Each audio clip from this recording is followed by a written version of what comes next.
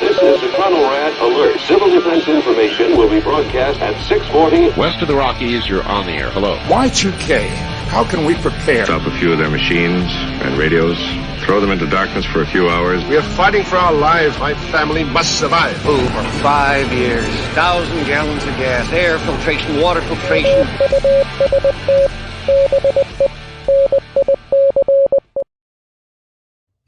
Coming at you from the frozen tundra that is East Central Alberta, Canada, streaming live on YouTube, Twitter, Twitch, Rumble, and Odyssey. Welcome back to the workshop where we create community, find freedom, promote preparedness, and share success. I'm Toolman Tim. Today is June the 9th, 2024, and this is episode 455 of Workshop Radio.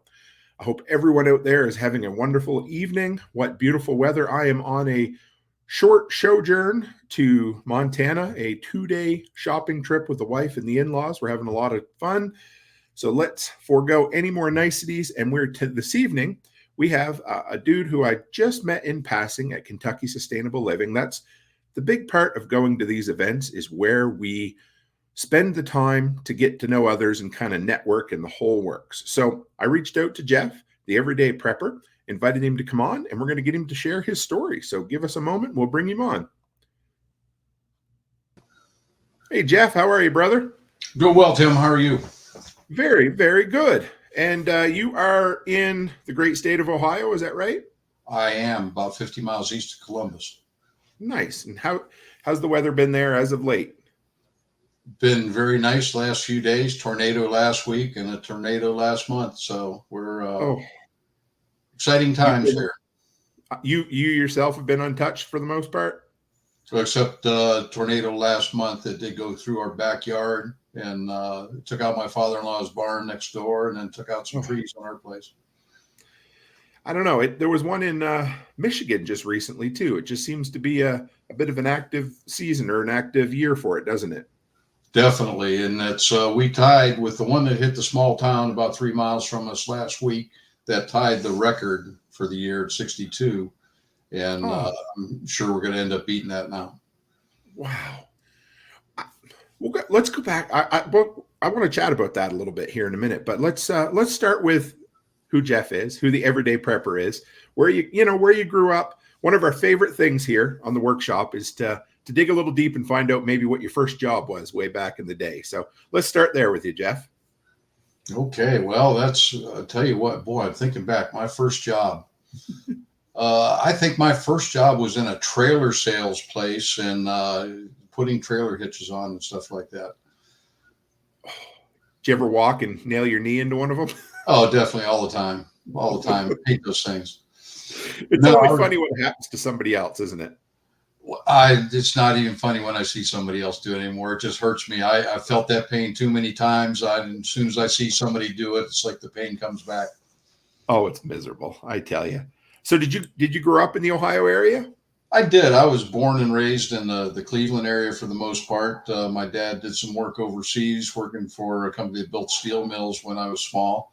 Then we came back to Ohio, and been here most of my life, except for when I was in the military. Then I got around to a lot of different places, and then came back here when I retired. So how did you go from, installing trailer hitches to the military to self-proclaimed everyday prepper at this point?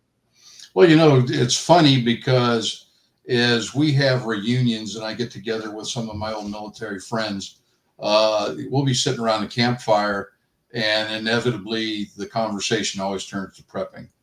All my old military friends, for the most part, are into preparedness of some type or another.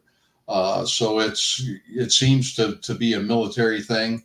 Especially I was a security specialist in the United States Air Force, and all those folks, I think, just because of the process and the things we went through, we feel the need to always be ready for whatever may come our way. I like that. It wouldn't be a disingenuous thing to see that there's a lot of, former service people in the prepping field. And does that come from, I don't know, kind of having it beaten into your head, or like trained into you, or does it also come from maybe seeing, the harder side of humanity? What do you think about that? Combination of things. Harder side of humanity, definitely. If you've ever worked a disaster site or an area of disasters devastated, you see how quickly the tide can turn with people. The best people, when you let them go hungry for a few days, will do some terrible things. So we're always concerned about that. But I think one thing with the military, you're always prepared for everything. But then there are times, been on deployments where we kind of got caught short, and somebody wasn't thinking ahead enough, and we ended up short on supplies or whatever. So I think that really puts you in the mindset of always looking ahead to not what you're going to need today, but what you're going to need tomorrow, next week, and next month. What do you do? I mean, you can go into specifics or not, doesn't matter with that kind of thing, but what do you do when you're deployed or, on a mission like that? Because it's not like you can run to your local Walmart or your local Cabela's to pick up what you need. What do you do at that point to get by? You have to be resourceful. And what does that mean? Trade it, acquire it one way or another. Okay. And won't go into the methods of acquiring things, but you got to do what you got to do.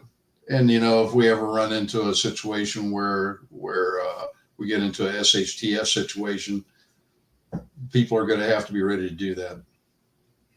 That's fair. Absolutely. I was in the line of all places today at a drive-through waiting to get a drink, and looked like the gentleman in front of me. He former airborne, looked like a paratrooper of some sort because he had the decals, and it said "Embrace the suck" next to it. And I've heard that from a lot of ex-military friends. And what does that mean to you, Jeff? It means, no matter what the situation is, and you can be in some really bad situations, it doesn't do yourself any good to get down about it. There's always going to be tomorrow, and you just gotta keep your chin up and get through it. And I look back now that there was times in the military we ran into things, thought, man, am I ever going to make it through this? And you do. And I think embracing the suck is, if you're in a sucky situation, just wrap your arms around it, get through it, do whatever you have to do. And it's, so many people will get down and talk themselves down when they get in a bad situation. That does you no good at all. I like that. Yeah. I've always tried to take that mantra with my kids too. It's going to be a shitty situation no matter which way you handle it. So I guess the only thing you get control over is whether you embrace the suck or not, isn't it? Yep. Yeah, I love that expression, because that I think that could help so many people out if they think about that and then live it. I love it. So where did the moniker the Everyday Prepper come from? Well, it's been probably 10, 11, 12 years now. I started thinking about that, and my wife and I had gone to a lot of prepping events. And it was all new to her. She's a nurse and no military background. And so she had no idea what prepping was about. And it took her a while to really catch on. But we went to these events. She enjoyed doing that. She enjoyed going to the classes and enjoyed meeting people. And as we did that, I started noticing that, there was just a lot of areas being missed by the people out there. Because, everybody likes to talk about guns and freeze-dried food and ammo. Let's get that. But I started looking at the things that were missed because, if you're in a bad situation like that, yeah, your stored food's going to last you for a while, but what do you do after that? You've got to be prepared to grow your own food, or you're not going to survive. And I hear people say, well, I got some packs of seeds from Walmart, and I got a garden hoe, and if anything ever happens, we'll just grow our own food. And folks, it just doesn't work like that. If you're going to plan on feeding yourself like that, you better get started and start working on it. Find out what your ground will grow. And the first thing you're going to find out is that a Walmart hoe is not gonna do the job. That's why I started selling some high quality DeWitt hose from the Netherlands. those things last forever. They have sharp blades on them, and they're long handled, 6-foot handles, so you can stand straight up while you're using them. And, people need to think ahead and work. And when they find out what they have doesn't work, they need to find something else before they get into a bad situation. I have broken many a Walmart tool over the years, and my wife claims she decided to call things that break easy, that she says they're not Tim proof, and she's not wrong. I have broken many a cheap handled Walmart. Yeah. So can you? I caught part of it. You said it was from the Netherlands. Is there a certain brand that you like? Yeah. DEWIT. Okay. And you said you sell them? Yeah, I do. How do people buy those from you so that I? Well, so I normally I just sell those at events because the shipping is outrageous. But Fair. there is a place that ships them and has great deals on them, and that's Earth Tools BCS down in Kentucky. Okay. Gentleman by the name of Joel owns that. Great guy, full of information, and he's got the best tool collection I've seen online any place.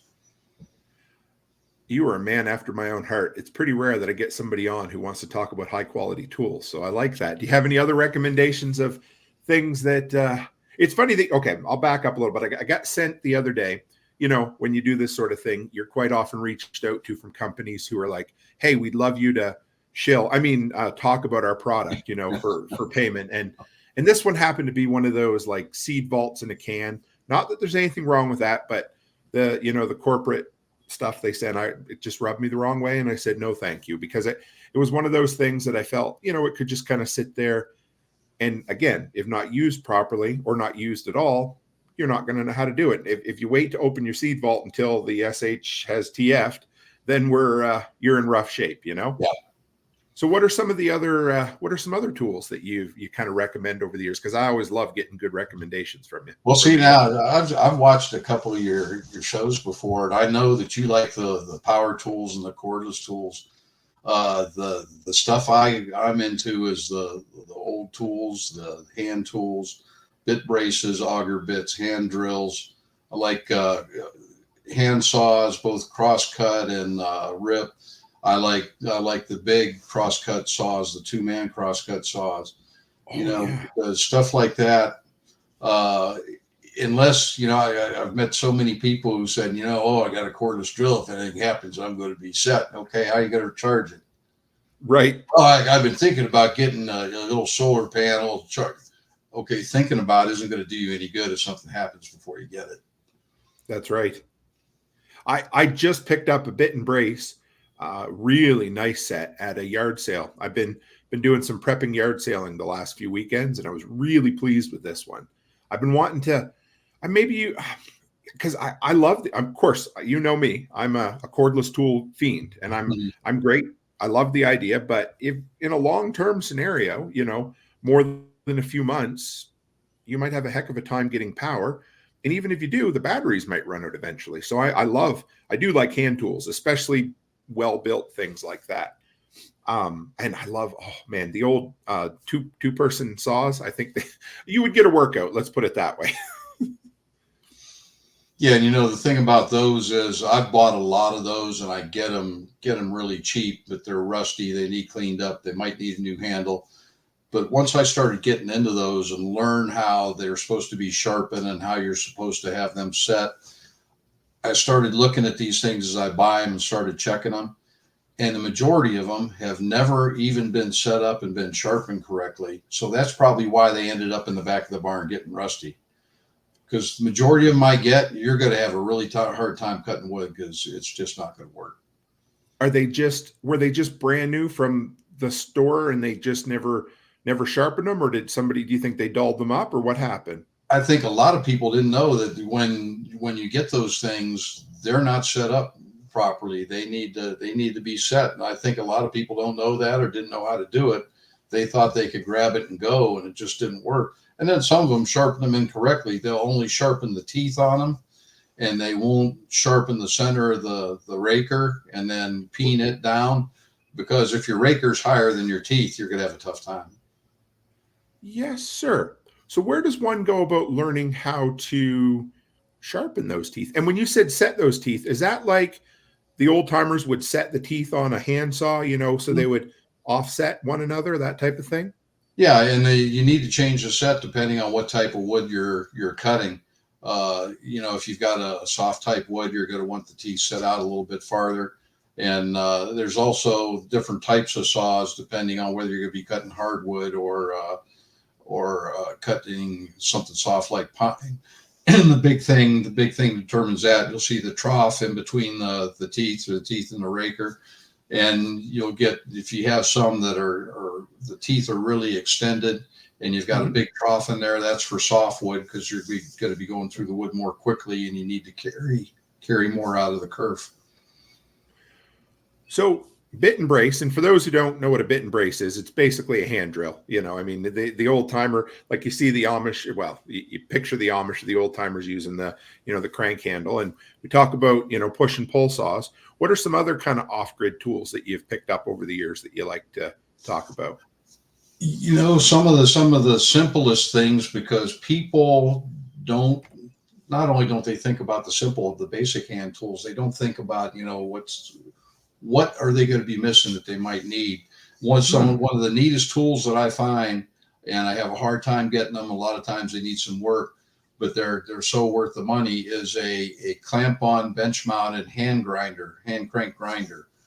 Because if you think about it, if you're in a scenario where you don't have your electric grinder to use and you're having to fabricate stuff or sharpen things, one of those, man, it could just be a godsend. I don't think I've ever run into one of those in a yard sale. I got to look for one of them. So are they like, I'm trying to think. So just like with a single, do they have gears in them or anything? Or are they just a single speed? Or no, most of them will have gears in them. And it'll have the frame and the clamp with the screw on the bottom to clamp it on the table. Some of them are permanent mount, but most of them are just have the hand screw to tighten it down on the table. And they'll have the crank handle and the wheel, and then they'll have a little tool. Most of them will have a little tool rest. A lot of times those are missing. And make it along with the tool over the years, but those things are just fabulous. And a lot of people look at them and don't even know what they are. I don't know if I would. And I sold tools for a living, but that kind of stuff was outside of my purview. I got to look for one of them now. You got me. I'm always looking for interesting things. I like that. You mentioned rehandling some of those old push-pull saws, or whatever you want to call them.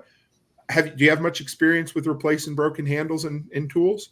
Yeah, I've done a fair amount. I wouldn't call myself an expert by any means. I've learned by my mistakes, and that's another thing. Other tools that I push, I do a class on old tools. A lot of these events, spoke shaves and draw knives. Because people, I'll ask people if everybody has all the wood replacement handles they need for their garden tools and any other tools. And I usually just get the dumbfounded look like, we don't have any spare handles. Then you get in a situation where your life depends on these things. You better have the ability to fashion something close that's going to work. And a draw knife and a spoke shave, especially a curved spoke shave, those are just fantastic. They'll speed up the handle making process so much, and if you have to fabricate something else, they'll really help out. So if I got this right, draw knife is the long kind of blade with two handles that you pull toward yourself. Is that right? Yep. And a spoke shave, I'm a little off on that. What is a spoke shave? Spoke shave will have two handles also, but it'll have usually have an iron frame. And the handles, you'll have the main part that holds the blade, and the handles kind of come up, and the center part looks similar to a plane, and the blade looks like a plane. And basically you can just grab onto that and pull, and you can use it. You can get a lot finer cuts with smaller cuts than you do with a draw knife. And the curved one is just great because if you're trying to round something off like a handle, you've got the curve in it, and it just makes it a lot easier. So what do you look for? Species of wood, grain of wood, that kind of thing. If, say, you didn't stash away a bunch of, rainy day handles and you needed some, what do you look for in the species, the grain, that kind of thing, to make your own handle? You always want nice straight grain and as clear as possible. As far as the species, there's a lot of things you can use. It just depends on what's available in your area.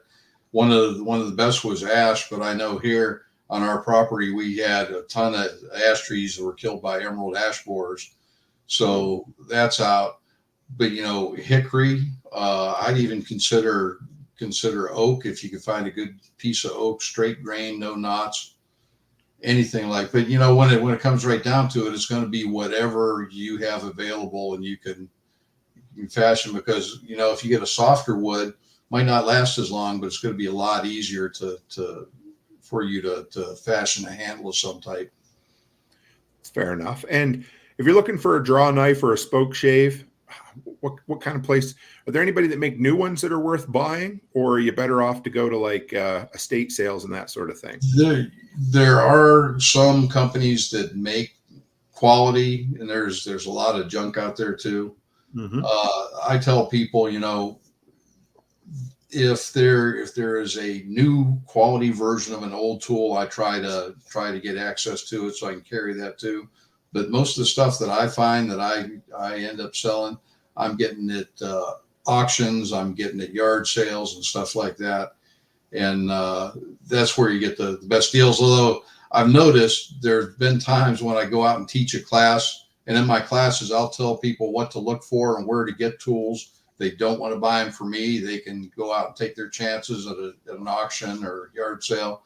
And I've noticed that an online auction service I did a class in the area here in Ohio, and all of a sudden, a lot of the stuff that I usually buy and usually get cheap, people were bidding it up really high. So I don't know if that was some of my students or what. And if it was, more power to them. I have noticed the secondary or tertiary market for a lot of things have gone a little out of hand the last while. And one thing you'll note, at least I've noticed, is it used to be you could get some really good deals at thrift stores. Mm-hmm. And almost all of them now either think they're an eBay expert or the guys that are flipping stuff have drove the price up really high. And I have no problem with the free market. I'm cool with that. It's just, it's a pain in the butt when you go to, when you used to be able to buy, like, let's say a cast iron frying pan for $2 to $5 at the Goodwill. And now they have it behind glass and it's $60.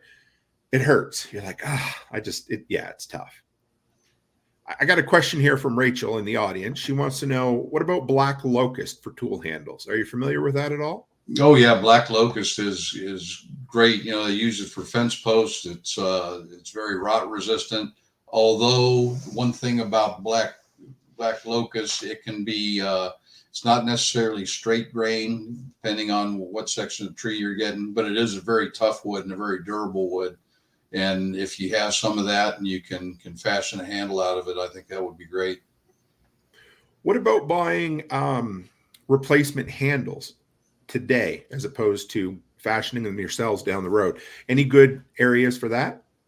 That's a smart way to do it. There's some handle companies I don't know about in Canada, United States. House Handle out in Missouri, man, they have just got a ton of handles and they're very reasonable. And there are very few handles that you can't find online with them. Okay. House handles? House handle, yeah. Okay. Yeah, when I grew up, we were talking off air there, and I grew up on the East Coast in Nova Scotia, and we had an Indian chief there, native chief, sorry, that would he hand fashioned tons of handles for us, all made out of ash, and people would drive for hours to come and get them. And just wonderful. If you can, I guess I'll throw in my 2 cents. If you can find a local person who fashions handles as well, you can always, I suppose, support them. But I like hearing good recommendations for sure. Yeah, and that's that's sort of a dying art too. There used to be, I can remember when I was a lot younger, there was a lot of people that did that. Not a lot, there's a decent amount. You didn't have to look real far to find one. And now they're very few and far between. I mean, it's that way. You know, we in my town, so I was born in 81, and I have vague recollections of there being a blacksmith where the Dairy Queen is now. So, and it was gone by the time I was 4 or 5. And that was it. That was the last one. I don't know how far you would have to travel from my hometown now to find a blacksmith if you wanted one. You know, machinists and welders maybe can do some of that work, but yeah, it's a lot of it, you know? So what, go ahead. Sorry. You know, and we were at Kentucky Sustainable Living there back in March, and Doug Slack, who was the blacksmith there, I've known Doug for a couple of years now. Man, he just does great work, and he's now the resident blacksmith at Fort Boonesboro down in Kentucky. That is cool. Yeah. But you know, if you get connected with a good blacksmith, that's definitely a relationship you want to build and maintain. Absolutely. I've got 2 buddies that do a lot of that kind of work, and we've gone. One of them, my good buddy Chris Dixon, he's part of this community. Him and I have taken a couple of knife making courses together, and we met another guy who is, I mean, one of the only blacksmiths around, and he hired another girl straight out of college as a blacksmith, but they do mostly knife forging classes now, but they can do all the old fashioned blacksmithing as well. And yeah, you're right. It's worth it for sure. So what, maybe to parlay out of tools, what about everyday, you know, the idea of being an everyday prepper? So what does that mean? So say somebody comes to you, Jeff, and they're like, you know, I'm scared about insert whatever, you know, for me, let's go back to 1999, 25 years ago, we were getting ready for Y2K. You know, that's hard to believe it's been 25 years, but that was what kind of, I don't know if that's what brought me to it, but that's what made me cognizant of it. So somebody comes to you today and they're nervous of whatever it happens to be. Where do you tell them to start with prepping? Tell them to start small, be consistent. You know, that's when I was growing up, my parents both came through the Depression, and they picked up habits back then, or the habits were passed down to them. And I remember when my mom would come home from the grocery store, the bags would go on the table, and as she pulled stuff out, occasionally something would get slid to the back of the table, and that was stuff that was going to go in the basement. Every time she shopped, there was stuff that went down in the basement. We weren't preppers by any means back then, but we probably could have survived several months between what was in the basement, what was in the freezer. And, you know, that used to be a way of life for folks. Absolutely. It was. And they just called that normal. I mean, it wasn't even something they thought about, I suppose. It was just, hey, let's buy a little, let's put a little extra up. And so what does that mean today? Is that like, you know, does that mean go out and buy, you know, 1,200 pounds of, you know, raw wheat, or where does the average Joe start? Start at wherever you get groceries. Okay. You know, just get a few extra things every time you go shopping and build up a little bit more. If you feel the need, and I suggest that, you know, majority of people don't have enough to get by 3 days.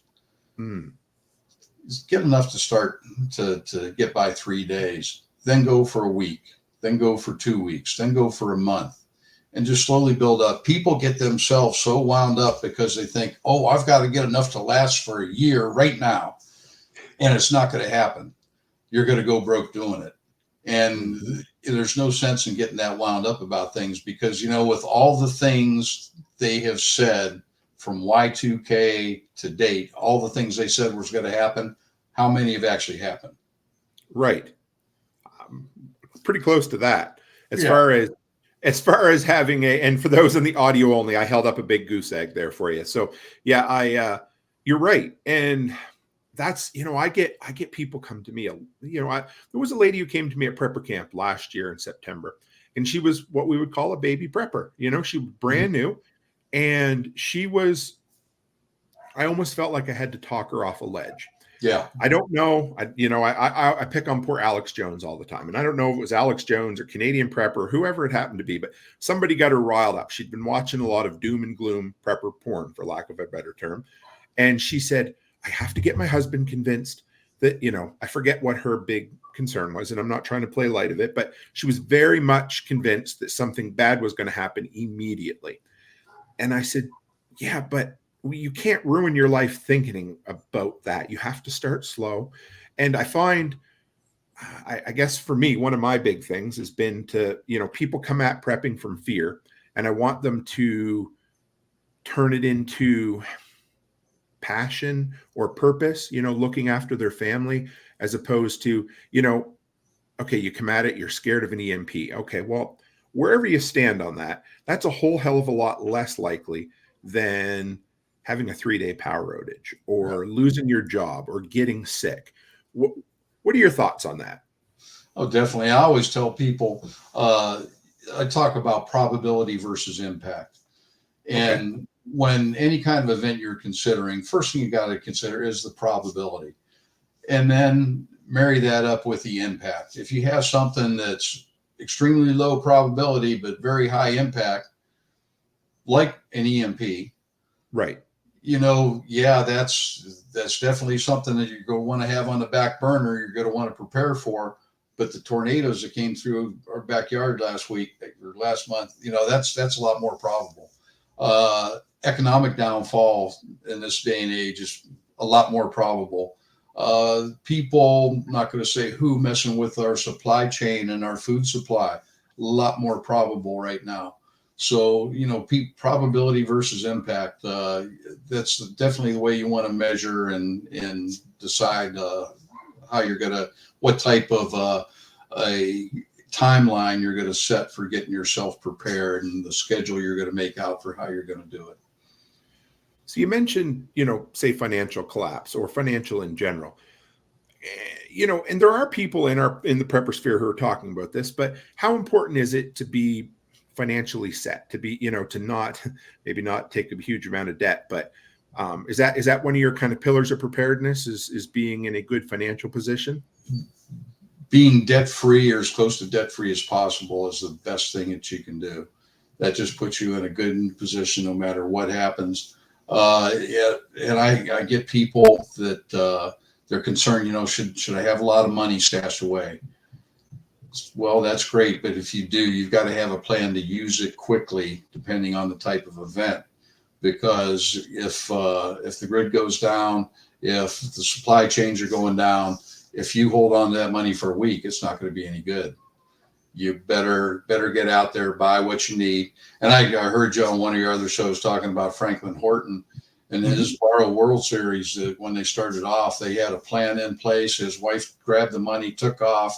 They went and got gas. They went and got propane. She knew what to get. And if you're going to try to keep some cash on hand and you get into the right situation, you got to be ready to do that. Don't hold on to it. And then you get the folks who say, you got to have gold. You got to have some gold stored up. And I had one guy that was great guy, loved him to death, but he was really harping on me getting into some gold. And I said, I think it's good to have some, but I don't really think it's going to do you a lot of good in the situations we're talking about. He said, well, if I have gold, I can get anything. I said, really? I said, what do you have? 1 ounce gold coins? He said, yeah. And I said, I got a lot of them. So that's great. I said, okay, we have an EMP. Stores are closed. You can't get anything. I got a lot of food. What are you going to do? He said, well, I'm going to come. I'm going to be able to buy anything from you that I want. I said, cool. Well, what do you want? He said, well, how about a bucket of beans? I said, okay, that'll cost you one of your 1 ounce gold coins. He said, no, my gold's worth a lot more than that. It's not to me, it isn't. I can eat the beans. Right. I can't eat the gold. And the look on his face when reality set in. And so there's so much to unpack there, but you're 100% right. Here's the other thing. And something I think about a lot, and I'm big into precious metals. I love, especially silver. I love silver. I don't think that people should invest in, don't buy gold and silver if you don't have your finances taken care of. Don't buy gold and silver if you don't have food taken care of. Don't take out a loan to buy gold and silver. Oh my God. Don't even get me started on anybody tells you to do that. You run away, run away. But here's the thing. If you've got a family at home with a kid who's hungry, do you really think that they're going to sell you a bucket of beans for all the gold in the world? No, they're not. Because why would, because that gold is not worth anything, at least in the short term. I don't, that's a tough one. And so another kind of aspect of that's one reason I really got into silver, was that it's very much, much smaller divisible quantities. Because, you're not going to flake off a little bit of gold to buy a bar of, or a loaf of bread, for instance. But something else, and I don't know if you've noticed this in your area, a lot of stores in my area are no longer taking $100 bills. Mm-hmm. So I used to, our kind of cash reserves would be in some $100 bills, because it's easy to store, easy to get from the bank machine. Well, I realized again, when we went through 2 years ago, we had a massive IT outage here in Canada, which meant our bank machines didn't work. And I was 5 hours away from home with my parents at the time. And I had a couple $100 bills. Well, it got really hairy to break those $100 bills really quick. So we now keep 20s. Is it a thicker stack? Yes, but it's a little more practical, Yeah. So gold, silver, cash, they're all good. What other areas do you like to talk about when you're getting people into the babies of prepping? I'd like to have them go into it open-minded, not just focus, like I mentioned earlier, the guns, the ammo, the freeze-dried food. They need to look at everything. And I always tell them, when you're deciding what you're going to buy and what's important, use the rules of three. Because, a lot of people will buy things backwards. They're I got to have food. I got to have food. Okay. You got water? Right. Okay. That's going to get you quicker than food is. And people who have medical conditions, make sure that you're getting prescription medications, build up whatever you need, or find an alternative that's going to work in an emergency situation. And look at all those things. And, you tell people, you can live 3 minutes without oxygen. And right away they think, okay, well, it's not like I'm going to drown. So, okay, think about the things that can deprive you of oxygen, like a lead pill, a bullet, somebody coming after you. That's security has got to be your number one. So you've got to make sure, that to me, that falls under the first and the three in the rules of three. If you're gonna make sure that you can breathe, you're going to have to be able to protect yourself from whatever you come up against. That's a really neat way of looking at it that I don't think I've quite heard put that way before, Jeff, because you're right. The first rule of three is quite often overlooked, the oxygen thing, because we figure, well, like you said, you're not going to drown, or, you might treat it if you build an underground bunker, you might think of the need to have, fresh air exchange or something. But beyond that, I like that. That's really good. That's worth the price of admission right there, folks. So, you know what? I want to back up. I forgot you'd mentioned about Franklin Horton and talking about how they had a plan to spend that money quick. And do you have, because I think everybody has to have their own trigger or their own, you know what I mean? Because you don't want to be the guy who cashed out their RRSPs or whatever right before Y2K and then went and lived in the woods with their Y2K survival kits and tuna that's now been expired, For us, I remember the day, I was keeping an eye on COVID. And what I like maybe about being a prepper is that hopefully you have most of your ducks in a row. And if you're like any other prepper, sometimes more of your ducks are in a row than others. But you have a plan. And I remember being at Home Depot and I heard on the news again about COVID. And I thought, man, it's been enough people that I know of are talking about it. They were starting to talk about it going to North America. And that was the day that Becky and I decided, okay, we're shoring up the rest of our over-the-counter medicines. We're buying a few more masks and some sanitizer, a few more things. We basically topped up our preps. So do you have any trigger events or plans on when you would pull the trigger to start spending on something like that? What would you be looking for? That's an interesting question. my wife and I are always looking at what's going on. And I always try to think I'm a chess player. I got to be looking multiple moves ahead to see what's going on. In the things I see concerning me now, it's like we talked about the food and the food supply. And we live out in the country. We have chickens, we have rabbits, we've got goats, we've got a couple ponies. But now we're getting to the point where whether it's food shortage or quality of food that's available on the market, we're going to get into some chickens. We're going to get into some beef. We're going to get some pasture pigs. Ooh. Make sure we have those on hand and start being more self-sufficient. We already do pretty good on the gardening and what we raise there. But, just looking ahead, that's one of my biggest concerns. And I know people are really concerned about the financial world, but there's, you're kind of stuck within your means, what you're going to be able to do there. The best thing you can do is start trying to be debt free and start trying to get a little bit saved. Don't go overboard on it. And when you're building stuff up like that, think about how the world's going to be if something does happen, and you're going to have to be able to barter. And you want to make sure that you have items that are going to be in demand so you can do some bartering. Well, funny you bring that up. What items do you what do you view, or what do you store that you think or you feel that would be a good barter item in kind of a down scenario? One of the biggest things is going to be ammunition, because I know tons of people that have guns out the wazoo, and then you start asking them, how much ammo do you have for that? Oh, I got 23 rounds. Okay, 23 rounds for an AR-15 is just going to get you in trouble if anything ever happens. So ammo is going to be one of those things. Medical supplies, because a lot of people don't think about them.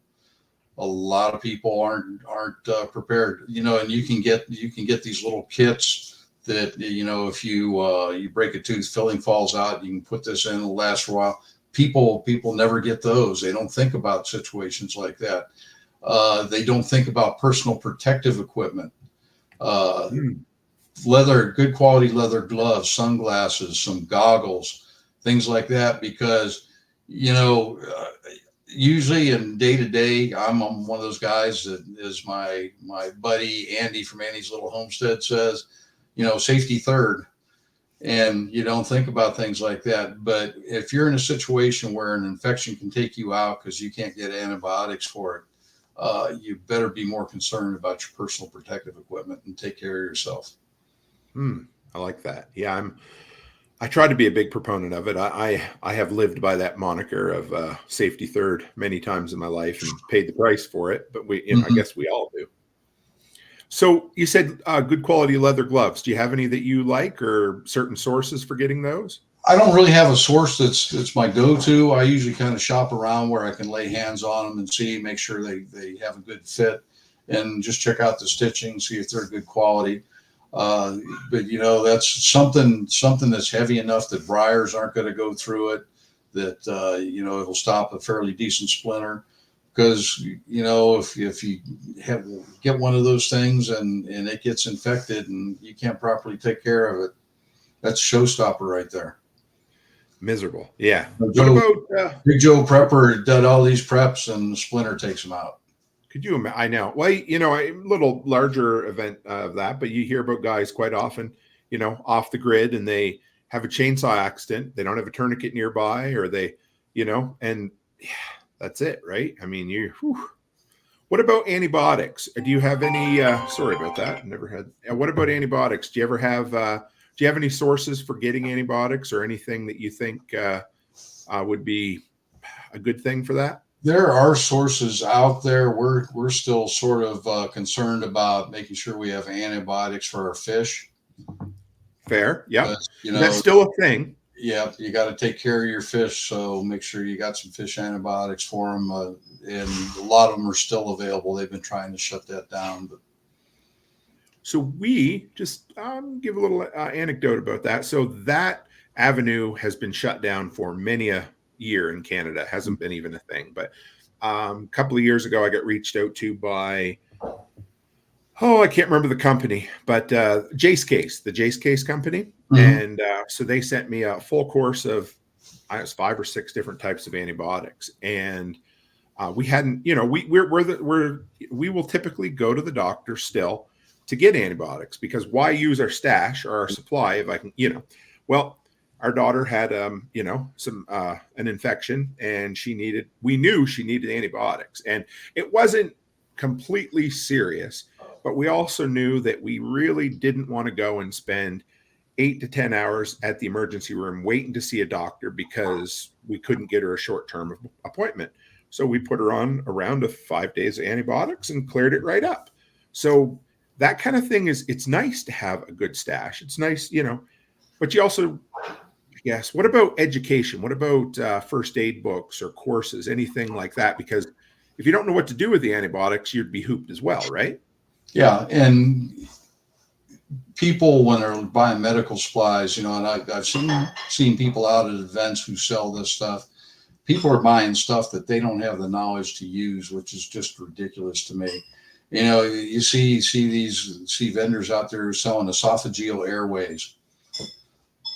How many people there know how to use an esophageal airway? Right. Buy stuff that you need, stuff you know how to use, and like you're talking about, get the training. So many people I run into haven't even taken a basic first aid course. They can't do CPR, and there are so many good classes out there that are available if you just look a little bit. I know one gentleman, he wasn't at the event we were at in March, but he was down at Kentucky Sustainable Living in October. Jake of Drum. Jake Drum? Yep. Jake's just fantastic, and he's got some classes. He's got a storefront down there in Johnson City, Tennessee, where he's doing classes now. And he's an incredible instructor, and he's got some great classes. And, invest a couple $100, take a class from somebody like that, get your knowledge where it needs to be. A good buddy of mine was at the last one, Chuck Peoples, and he does Homestead Medical. Mm-hmm. He does a live tissue course that I really want to take. Oh, wow. Yeah, I can tell you more about it. He doesn't hide the details, but it's an incredible course that I would love to take. But I think within the prepper sphere, again, we're really good at buying stuff, but we're not so good at taking the courses and learning the skills. What do you think about that? Oh, that's definitely true. I'm guilty of that. Yes. There are things that I get with the intention of learning how to use it correctly, and it always gets, once you got it, you push the training aside and keep telling yourself you're going to do it.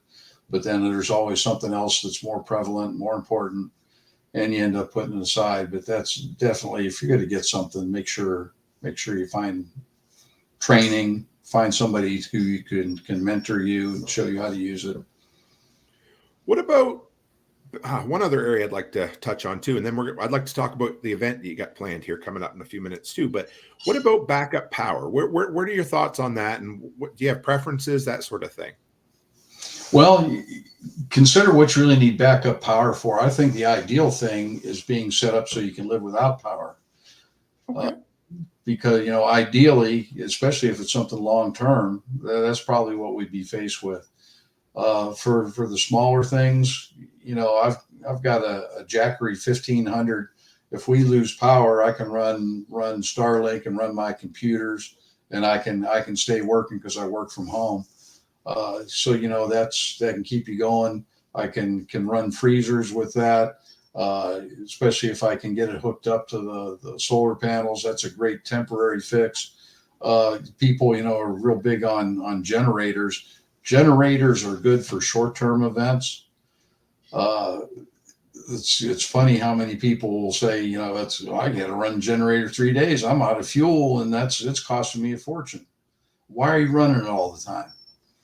Run it when you need it. It's going to last longer that way.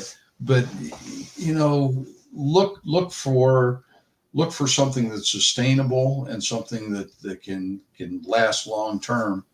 And the best thing to do is be prepared to live without it. I like that. I like that a lot, actually. And I don't disagree. I'm a big proponent of solar. I catch a lot of flack from my community because I'm not anti-electric vehicle either. I really like some of the, I haven't tested them a whole lot yet, but I really like some of the electric bikes that have come out as well. Mm-hmm. Because again, like you said, most people are going to get 3, I probably have enough fuel that I could sip my generator along for 4 to 6 weeks if I needed to. But what do I do after 6 weeks, right? I have a small solar system, that's what I really like about solar. And I'm glad you mentioned it too, is that it's a bit of a infinite energy glitch. I get it. I know shit can go sideways. They can break. Your batteries will die eventually, but in a lot of ways, it's a lot better than, like you said, a generator. Hey. Mm-hmm. So what about fuel storage? Do you do much of that at all? Or do you stay mostly away from that because you talked about learning to live without power? Don't do a whole lot. I would like to up our capacity. I would like to be able to store several hundred gallons of gas, several hundred gallons of diesel. And I think we'll be moving towards that eventually, but still, you look at, if you get something like an EMP, what if are you getting the ignition modules and stuff for all the things you plan on using this stuff for, so you can replace those? And if you're, say, a chainsaw, if you got the replacement module for it, do you have the instructions on how to put that in? You better have those printed off if you've never done it before, and keep those with the module. There's just so many things that, there is no short answer, because once you start down the rabbit hole, it just gets deeper and deeper. And like I said before, people never think that far out. So you and we met, and again, I talked about the importance of kind of face-to-face get-togethers. We met only in passing. I wanted to make a little more time at KSL. So I'm going to guess that you're a big fan of having folks get together, because you've shared with me for a minute at the last event that you were getting ready to plan an event yourself. So how did that come about? What's it called? When's it going to be? Tell me about it, because I like hearing about that stuff. Sure. I've had several people ask me over the last couple of years, when are you going to do an event? And I always said, I'm not going to do an event. That's too much. But I been to a lot of events, and I see the great things they do, and I see areas that could be improved upon, or I have a totally new idea how something could be handled that might improve things. And, finally I just got to the point I was thinking, man, maybe I want to do this, but I could never come up with a location. And when I was at KSL back in, was last October, middle of the night, it's like 2:00 in the morning, I woke up and the location came to me, and it's in Millersburg in Holmes County, Ohio, the heart of Amish country. They've got a fantastic fairgrounds there. And what better location in the heart of Amish country to learn about homesteading and prepping? And that's when the Heartland Self-Reliance Conference came to be, and I started working towards that. And now it's a thing. It's a real thing. It's going to be May 2nd through the 4th next year, and I want to bring homesteading and preparedness together, because I've noticed, for so many years, each side took their own path, and we're not crossing over. The preppers, you do your thing; homesteaders, you do your thing. But really, we're so similar with different knowledge bases that could be useful to each other, that I think it's important, especially the way things are changing, and we're not so concerned about EMPs, but we are food supply.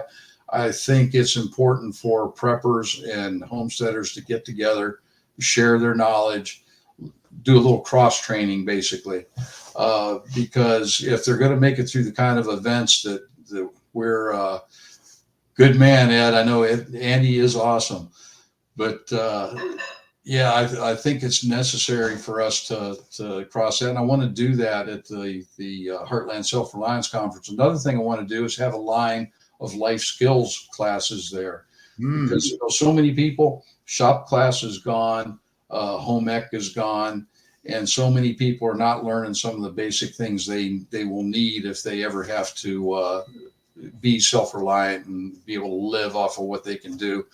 There's people don't know how to read a tape measure, use a handsaw, sharpen an axe. Another thing that came to me, how many kids do you know nowadays know how to use a slingshot? Well, that's true. And slingshot, that's, if you're proficient with a slingshot, you can eat with it, you can protect yourself with it. There's so many things you can do, but there's just so many little things in there that I think we can find people do short classes on, that people can stop in and pick up that skill or the basic knowledge they need for it. And I think within the 3-day period, we can offer things that will end up having people walking out of there with a lot better idea where they need to be if things go bad in the future. So you need to meet Jeff. One of my self-proclaimed superpowers is introducing folks to one another. I love to connect, and but Jay just took it upon himself, which is even better. So this is B-Man Jay, and he is out of East Tennessee, and he's a beekeeper by trade. But anyway, he could pass for the most interesting man in the world. So he said he'd like to come. Yeah. So I'll make the introduction after the show. I'll send an introductory email to both of you as well. But cool. I love that. I did the preparedness course, or not even a course. It's just a presentation where I stand and talk basically for an hour, and I love it, and people love it. But I have been leaning toward. So, okay, my girls graduate high school in 4 more years. So I'll be doing much longer road trips, if that's hard to believe, then. And so I want to start putting together a, 4 to 8 hour course on what I call preparedness, the art of home maintenance when help isn't around the corner, doing all the little stuff that people don't necessarily. And I think I'm really passionate about people learning that kind of stuff too, because I don't know how else do they learn it? Like you said, there's nothing. Not a lot of schools are doing home ec, that kind of stuff. So what kind of stuff do you envision teaching at this event? Well, some of the things I just mentioned, I'd like to find somebody who can show folks how to use some of the basic hand tools. I'd love to be able to do it, but I think I'm going to be kind of busy. But how to use a handsaw, how to use a hand drill. People out there don't know how to drive a nail. There's in the old tools classes I do, I usually start off, I'll hold up a claw hammer and say, how many of you have a claw hammer? And 95% of the class will raise their hands and they're proud they got a claw hammer. And how many of you have a selection of nails to use that hammer on? Mm-hmm. And then you go down and you've got maybe 5% or 10%, and a lot of people looking pretty sheepish. They don't have the knowledge. And, driving a deck screw with a hammer is a difficult thing. Everybody's got deck screws. Everybody's got drywall screws. But if you don't have something to use it with. So very true. I love that. Yeah, you're right. I'm working on a project this summer, actually, that we're rearranging the backyard of, my home. And one of the plans is, and I talk about the importance for folks to become their own hardware store, and that doesn't mean having $20,000 worth of stuff, but it does mean having, like you said, an assortment of nails, an assortment of screws, an assortment of nuts and bolts, and not buying a bunch of crap you don't need, but buying the stuff you actually will use. So I'm a huge proponent of that. So in Ohio, are there any other events in that area, or are you guys going to really be kind of filling a niche there? Because I don't remember being told about a whole lot of events in the Ohio area. There's been in the southern part of the state, down in Vinton County, there is Old School Survival Boot Camp that just changed their name. And, they've got a great event down there. It's a 3-day event. Also, I've taught classes down there and I've ended down there. And they've got a lot going for them. But what I'm an hour and a half to 2 hours north of them. And I'm looking to draw from, you've got Cleveland, Akron, Canton, Columbus, Pittsburgh. We're sort of centered more or less between those urban areas. Got a lot of suburban areas, and you got a lot of country around them.